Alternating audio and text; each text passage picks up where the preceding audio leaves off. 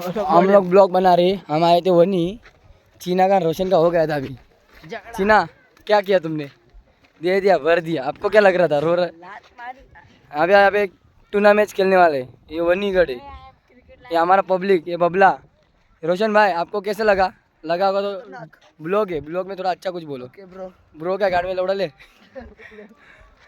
क्या बोलते? गगला भाई उठ जा, सब पड़ा हो जाएगी। फुल मैदान देखो कैसा लग रहा है आपको? हीरा का हिम ना करीस ब्लॉग भाई। ये हमारी पब्लिक है भाई, वो हमारी पब्लिक है। सब उमड़े लिए, कुछ काम धंधा नहीं है, आ गए सब इधर काम में की।